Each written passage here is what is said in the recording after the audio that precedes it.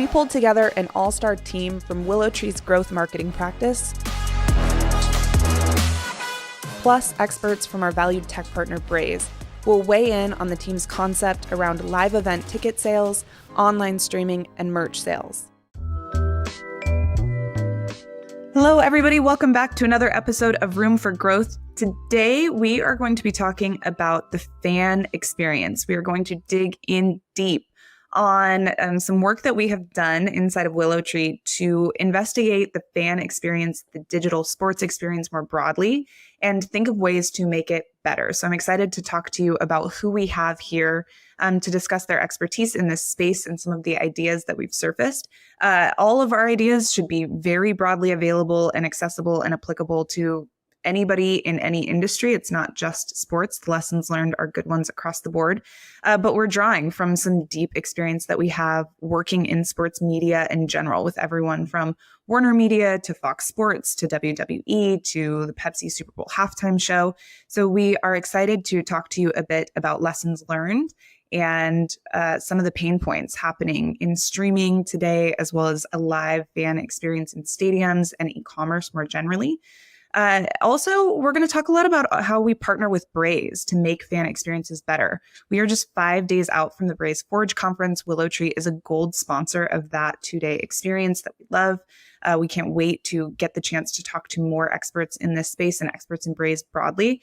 But it's no secret. We love our relationship with Braze. We are proud to be one of their leading digital agencies and a partner that they trust when they have huge clients who are adopting Braze and need Braze to work flexibly, but efficiently and functionally to help them reach their fans and solve really complicated challenges around how you personalize experiences, how you segment them, how you measure what is and isn't working, to not only create experiences that are delightful for fans, for customers, for users of all type, but really speak their language.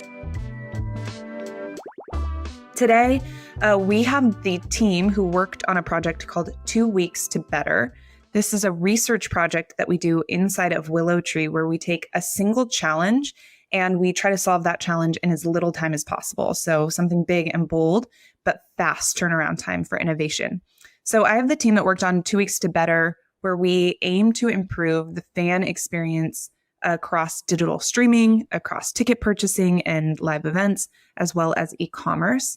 And they are here to discuss some of the pain points that they surfaced that are happening for sports fans of all varieties, as well as some of the insights for some of the best places to be innovating these experiences to be better more broadly. So let's jump into the dream team, what they did, how they tackled the sports challenge that I laid out already. So before we jump in, I'd love for you all to introduce yourselves. I will start. Rebecca, tell us who you are. You have been on Room for Growth before. So you are a friend of the pod, certainly. Oh, that's so nice. I'm so honored to be back. Wonderful to be on the podcast again. I am Rebecca O'Connor, Senior Growth Manager here at WillowTree. Had so much fun working on 2 Weeks to Better with this amazing, talented group of our colleagues, and really excited to dive into it more today. Teresa, you've made a cameo on the podcast as well. So not a first-time guest, but first time in the hot seat here. Teresa, introduce yourself. My name is Teresa Ceballos. I am a growth content strategist here at WillowTree. Been with WillowTree for over 4 years. Growth content strategy, meaning everything that kind of goes ultimately on a page, the words on the page and how they interact with the user experience of the page, as well as the design of it. And when I say page, I mean really any digital interface. And last, but of course not least, also a friend of the podcast. You can watch her episode on our Room for Growth landing page. I'm Melissa Baker. Hello, really happy to be back. I'm a director in our growth marketing practice. I lead a lot of our projects in the marketing strategy as well as execution space. Have a ton of experience deploying campaigns and strategizing within Braze. Excited to be back. All right, before we jump into some of the best insights and ideas y'all had about how to change the sports experience, the sports viewing experience from a fan perspective for the better, I want to better understand the work that you did to understand current pain points around various fans of sports. I know that we didn't just look at basketball and football, for example, but we were really thoughtful about different types of fandom everything from fans of WWE to women's soccer and the Olympics and gymnastics and college sports versus professional sports. But before we dive in, please tell us just a little bit about what you uncovered and how you uncovered it about the state of the sports viewing experience today. Teresa, I think you did a lot of this auditing from a content perspective, just as a starting place. Maybe you could start by telling us some of the work that you did. Yeah, for sure. So really just going to sports in general and watching sports is personally a huge part of my life. So it was kind of nice to do that for work.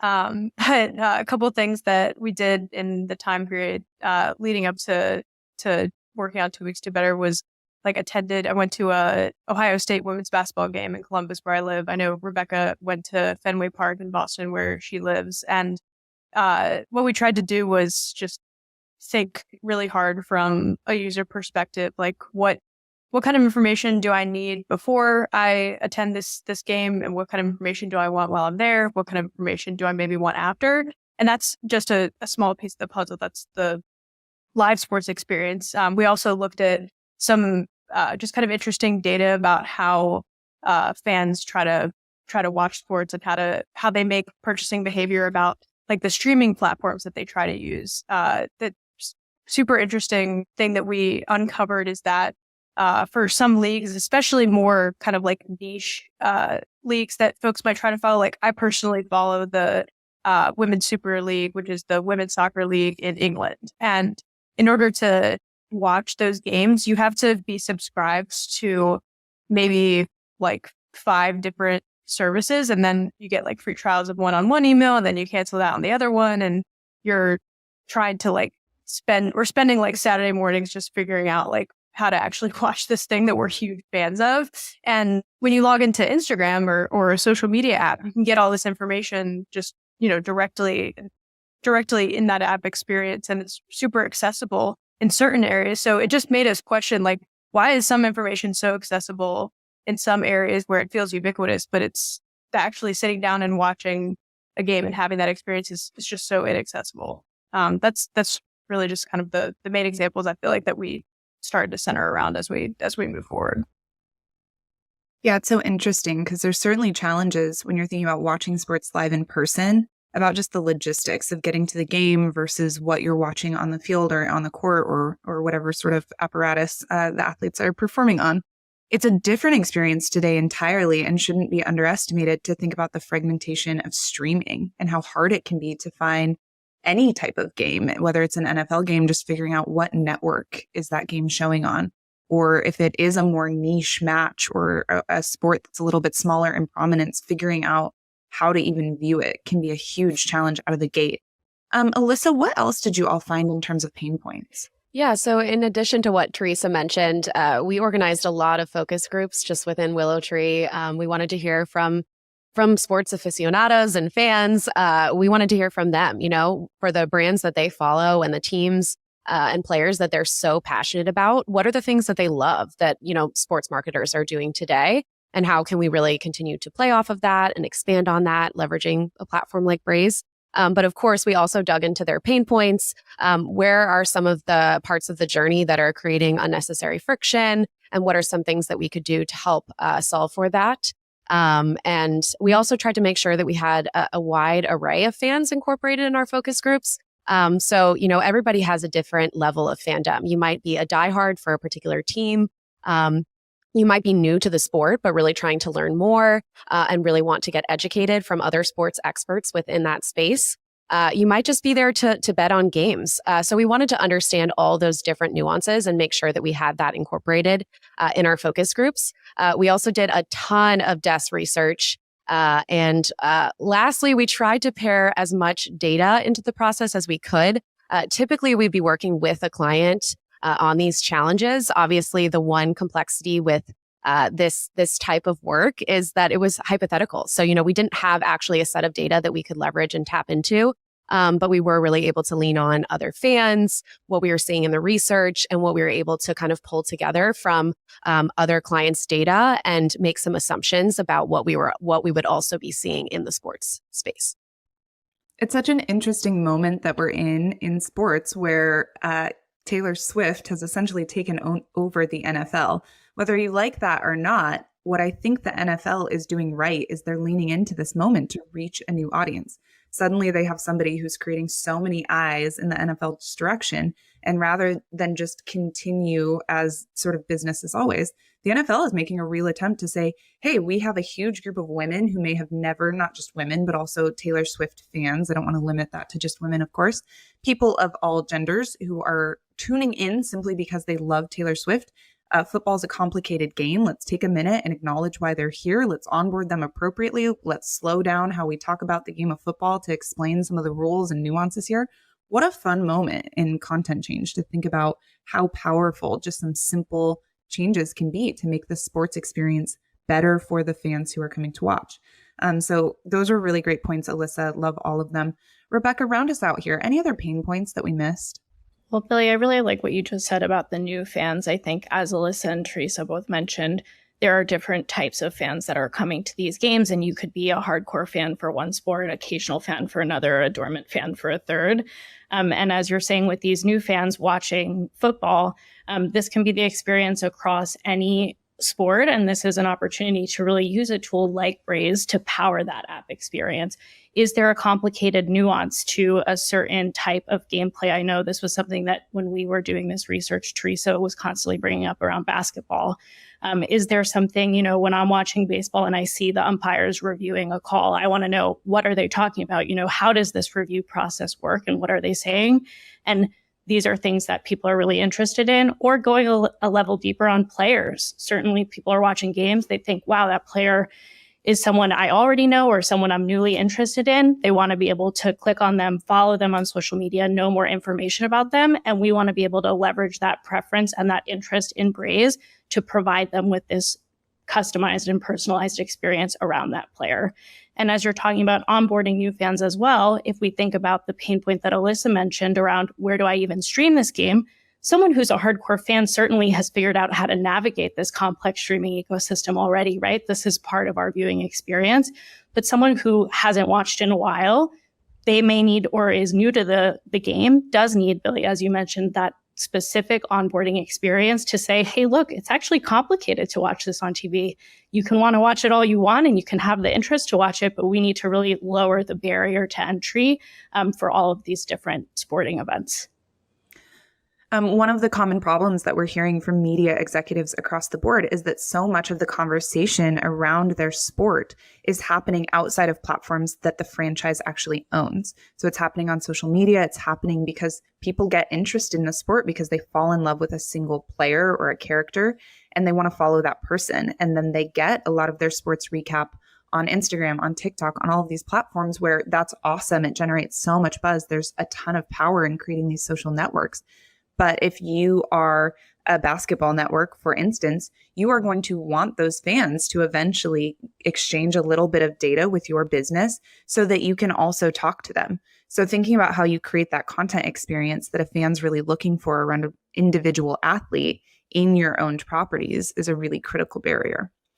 All right, so let's transition a little bit from the pain points that we uncovered and the primary challenges that we wanted to tackle into who we decided we would focus on to make the sports viewing experience better. Who has the biggest gap today in their expectations around how they'll be able to watch sports by streaming them, whether that's on an app or on a television? Who will be able to buy tickets and have a wonderful experience at an event? Who might be interested in purchasing swag? Who's having the biggest gap between what they want to experience and what they're actually experiencing? Who's having the hardest time? Who did y'all decide to focus on in terms of segments for 2 weeks to better? Naturally, we couldn't address every user need across this really rich, really diverse landscape. So where did you guys decide to focus your time and effort? Rebecca, why don't you start on this one, since your bread and butter on this podcast was about lifecycle marketing best practices? Well, I think we decided to focus on a few key segments and not just one. And we really focused on mixing, what are the implicit and explicit preferences that people are giving us? So we want to give folks the opportunity to tell us. Many hardcore fans really dislike receiving push notifications about the sport. They don't want to have spoilers, and that's a very bad experience for them. And they'll entirely turn off push notifications if they receive something like that.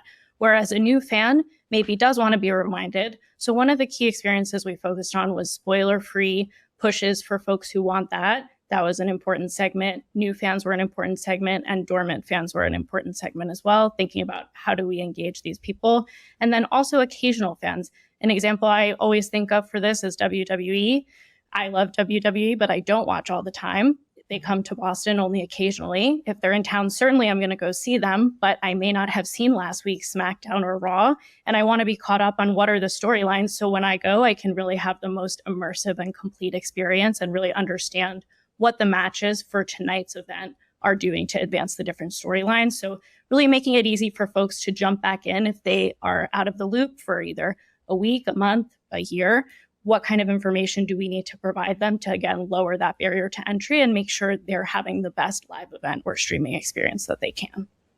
Alyssa, again, another person who your entire claim to fame on the Room for Growth podcast, though I don't want to limit you to just this, is the work that you've done in particular in engaging sports fans in streaming ecosystems.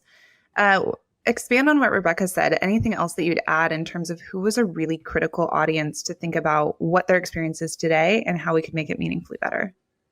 Yeah. So as Rebecca alluded to, there were a lot of different fan segments that we considered when we were strategizing. We considered new fans, we considered dormant fans, we considered casual fans, and also, of course, can't forget about our hardcore fans.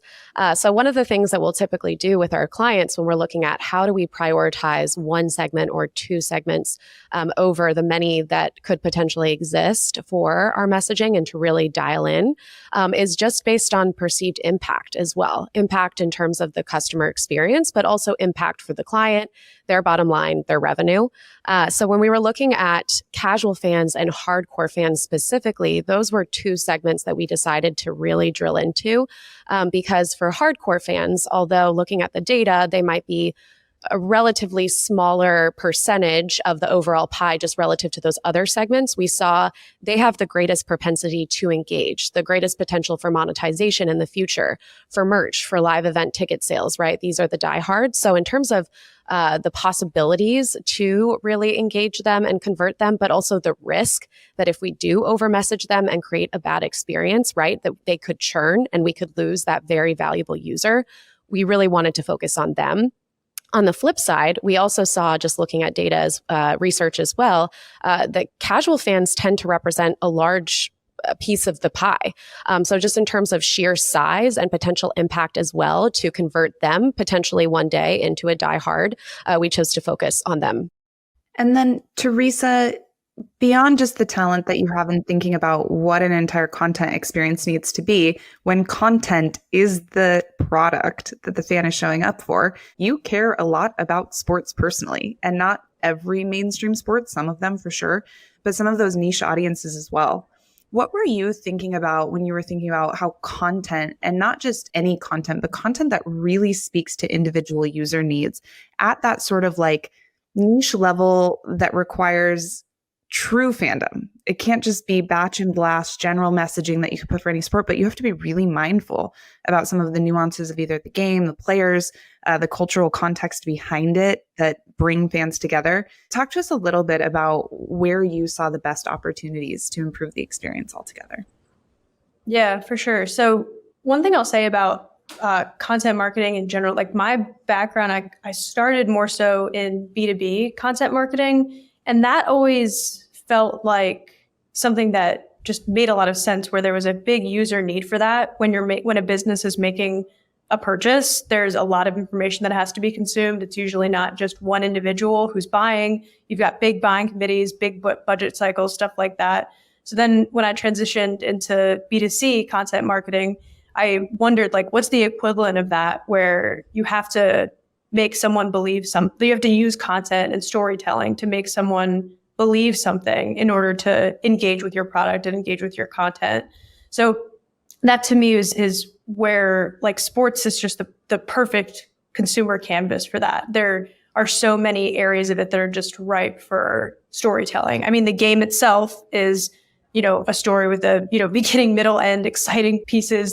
But the stories that can be told around the individual players are just, again, an area where we know that consumers are looking for that information, stories around individual teams. And this was something that we saw during COVID as well, when live sports were mostly on pause for a long period of time, these franchises and these brands wondered how to continue to engage the end user that is not, there's no live sports to watch, and there's none that are available. So, and it's another element too that, yeah, it's not COVID, but like the off season is another thing that brands need to consider. If their fans are becoming dormant during the off season, are there ways that they can kind of adjust their metrics, adjust their expectations, but still continue to engage them? Because the players that you know and love and watch continue to live on and do cool things and engage with their communities in different ways throughout the off season. So that was kind of a fun unlock for me during this period. Yeah, totally. The seasonality of sports and thinking about, well, what do you do this entire off season? This is a challenge that we had to tackle when we built the Super Bowl app, because that app is used for maybe a month leading up to the Super Bowl when all eyes are turned toward it. It's definitely used the day of the Super Bowl, but then what? How do you continue to take this investment and move it forward? It's a great challenge to be solving. Before we move into what your good ideas were that we pursued, so the ideas that we really validated and then determined we wanted to move forward, were there any ideas that we thought were awesome and then we either did some Braze validation or we did some testing or we did some analysis and decided, yeah, that's not the problem that we want to solve? Great question, Billy. Certainly, we had a really long list of ideas and we wanted to prioritize against technical lift, complexity, number of audience members reached, et cetera. When we first met with Will and Nick from Braze, they gave us a really valuable point of feedback on geolocation. And what we discussed was that geolocation used to be a really powerful and common targeting mechanism for things like geolocated push notifications, but that it's not so common anymore. Consumers are becoming more privacy conscious. Folks are not super willing to share their location with the app, sometimes, only when the app is in use or even never. And so we identified that wasn't really a great use case. Perhaps it could be a fallback it could be part of a targeting strategy, but it could not be kind of the core component of a targeting strategy around geolocated push notifications. Certainly, if we wanted to know folks going to the game, we would need their ticket purchase information. We couldn't rely simply on a geolocation. Alyssa or Teresa, any other ideas that we explored and then just decided to de-emphasize? We talked a lot during the user journey mapping about this pain point of when you purchase a ticket to a game, that process of actually being able to readily access your ticket at any time, making sure that that's really available at your fingertips, often causes a lot of frustrations with the average user. So we wanted to be able to simplify, make that process a lot more streamlined. We also talked as well about, how can we show you directions to your seat? How can you help understand before you even get there where your seat is relative to the actual stadium? And then thinking about some of the other ancillary types of content that we could promote while you're in stadium, like concessions. These were all things that we decided just in terms of sheer operational lift not to prioritize. Yeah, a lot of things that had potentially the greatest business lift and that we know many of our clients and partners would be interested in because it would drive meaningful conversion. We actually ended up de-emphasizing for this thought experiment because we wanted to surface ideas that had a better intersection, sort of top right of our 2x2 matrix, that really promoted user value and business value. So concessions, while a wonderful thing to make sure fans know how to order them at the game, tend to be things that businesses are already optimizing towards. And while we could see ways to improve them, we chose to look at the often more ignored areas of the fan experience that aren't as commercially viable or are actually super commercially viable in terms of the impact they might cause in longer term retention plays, but don't have that immediate response system to them, just because we know so many franchises are already looking at many of those issues. Let's jump into the ideas that we did decide were worth pursuing. So Rebecca, Alyssa, and Teresa, each of you give me one. What was one of our best ideas that we carried forward, and why did you think it was a good idea, a viable idea, a feasible idea, and something that was worth considering what a better experience would be? Rebecca, let's start with you. I think one of my favorite ideas is the differentiation between the in-stadium or in-arena or, live event experience versus the at-home experience. It sounds so simple, but so many brands are not doing this today. And this, as Teresa just mentioned, folks are in the stadium watching the game, they do want to be left alone, right? So how can we really differentiate this experience? People have spent this money on tickets. This is a special experience for them, an exciting opportunity to see their team, their favorite players in person. How do we really ensure that they have the best experience there? And we're not telling them tune in to stream at 7 p.m. when they're at the game.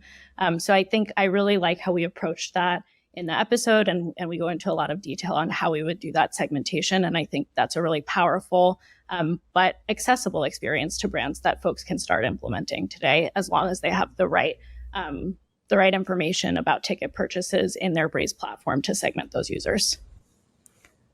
Teresa, what was one of your favorite ideas that we doubled down on? My favorite, I think, was the kind of custom player cards and the custom information about players that you could have in your in-app or web experience, and the way that you could tie in Braze content cards to that.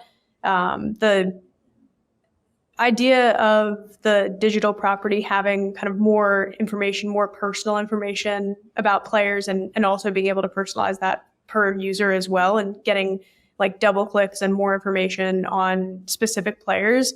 I really liked the idea of the in-app experience as kind of like the aggregator of information about players and like the hub of information. It didn't necessarily have to have every single detail about every single player, but it was a one-stop shop for being able to helping you to find that information.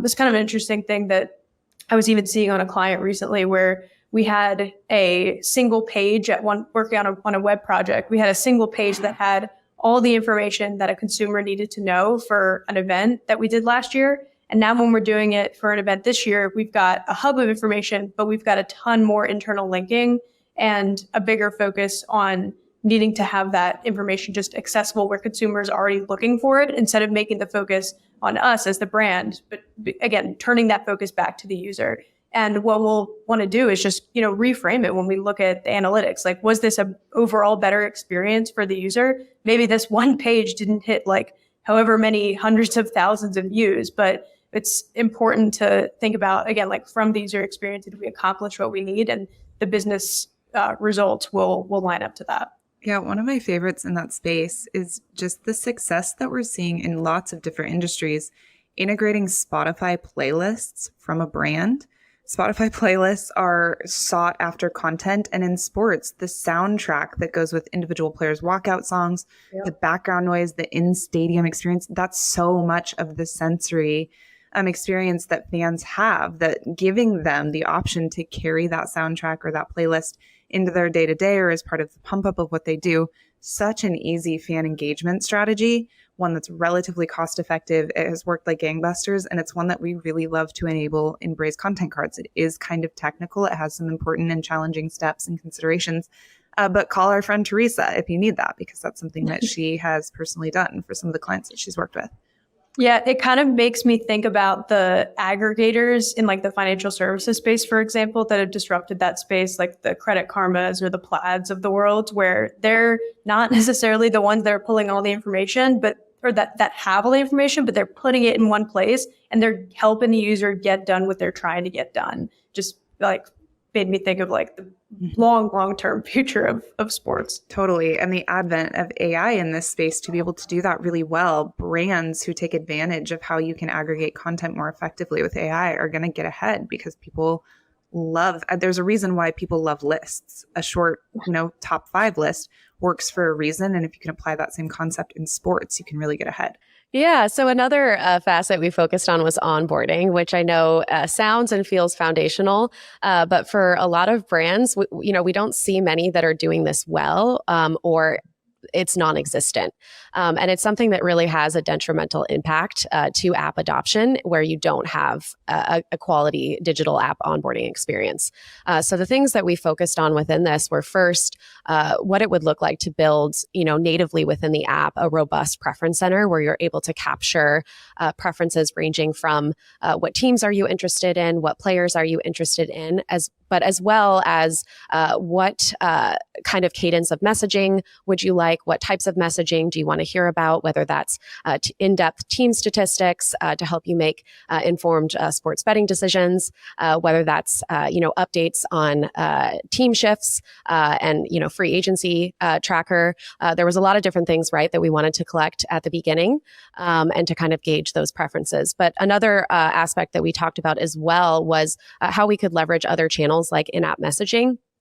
Or even content cards that really allow you to curate a message that has the look and feel of your brand, and also experiment around different triggers and timing for when you might send that message. So for example, one element that we talked about was requesting location information, which can often feel like such a sensitive piece of data for a lot of customers and fans these days. And so with something like an in-app message, we can really be thoughtful about when we request location information. For example, potentially after a user purchases a ticket, to a nearby stadium and really tell them how we plan to enrich their in-stadium experience by having that location information versus, normally other brands that might request that information at the wrong time and users don't fully understand that value proposition. The last thing I'll say in this space, and I think this is something you talked about at the beginning, Billy, is that a challenge that a lot of brands have in sports marketing, but also brands in general, is that so many different fan experiences are happening on third-party platforms. So, your ticketing is happening on, something like Ticketmaster.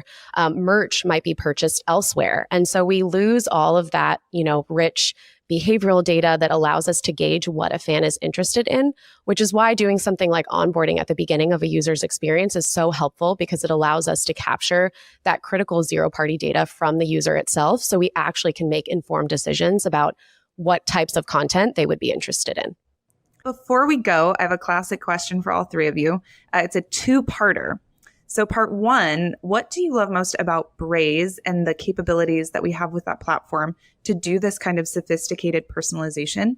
And then two, because we're a podcast all about how to create truly excellent customer experiences that drive brand loyalty, I want to know which sports brand you are loyal to and why. And because I know Rebecca is getting so excited for her favorite sports experience that's about to kick off, I'll start with you. There's so many things I love about Braze. Certainly, I think my favorite thing is all of the different channels that you can bring together and really just seamlessly orchestrate into a multi-channel experience. Constantly, Braze is adding new channels. WhatsApp was just added this year, constant new feature and product updates. So it's really just such a wonderful tool to orchestrate these increasingly meaningful and increasingly personalized multi-channel experiences. And yes, it is playoff baseball time. So very exciting time of year for us baseball fans. I'm a big fan of baseball. So really looking forward to watching these high stakes games and seeing who comes out on top. Who do you root for, Rebecca? This is confidential information. Yeah, it's a complicated answer. I grew up a Yankee fan, but in Boston, I have to say my allegiances are shifting. So it's tough. It's tough. The Red Sox are out. So this year I'll probably, I don't know who I'll root for. It's hard. On that note, Alyssa, why don't you tell us what you love about Braze for personalization and your favorite sports brand? Yeah. So in terms of Braze, for one, it's such a intuitive tool to use as a marketer. But two, Rebecca already alluded to this. There's so many different features and functionalities that exist within the platform that allow you to automate as a marketer. So features like connected content that allow you to pull in content from other data sources in order to integrate new and exciting content in very seamless ways within your email. There's also, Liquid Logic, which allows you to personalize relatively easily, and then content blocks as well, which you can leverage within your email strategy. It's something that we talked a lot about in the context of in-stadium emails. So yeah, definitely the ability to just innovate, automate very quickly with all the features that they have available. So in terms of my favorite sports brand, I'm going to actually answer in terms of fitness, if that's all right with you. Yeah. I just absolutely love Peloton, have the app, am a avid cycler. And I think they also do a really great job, similar to what we were talking about for other sports brands, of really tapping into the fandom that exists with their instructors and creating experiences that allow people to follow them on social media, but on their various digital properties, and really tap into those affinities. And Cool. Teresa, round us out. Awesome. Yeah. So for Braze, I think that what's really special about this platform is the flexibility. I've seen us work with a number of clients that have just massive audiences and have really advanced segmentation desires and opportunities, or perhaps are already doing segmentation. And then we also have clients who have never segmented their audience before and are just doing this for the first time. And I've never come across any single one of them that's like, oh, we bought this platform and now it doesn't fit our needs. It's so flexible to the needs of specific clients. And that's just, as a marketer using the platform and working with the clients, you can't get anything better than that. So I think that's really wonderful. In terms of my favorite sports brand, I fell in love with the Australia women's national soccer team over the course of the World Cup, the Women's World Cup in this past summer. They call themselves the Matildas, or like the Tillies is their brand. And prior to they co-hosted the Women's World Cup in 2023 with New Zealand.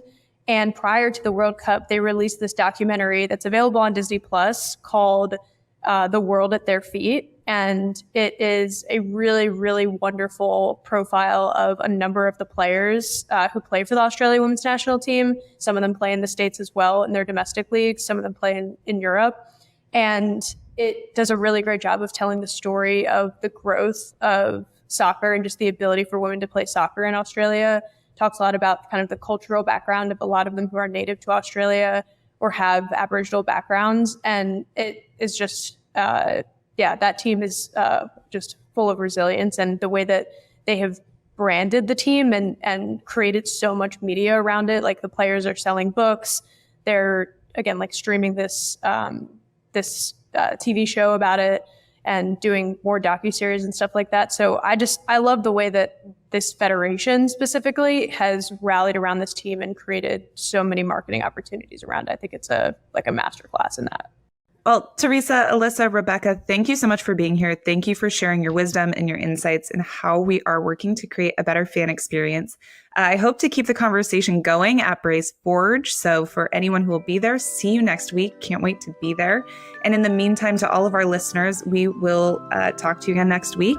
Let us know if you have any questions, comments, ideas. If you're an expert in this space or you see a fan experience that just needs to be better, we would love to hear from you. So thank you for joining us.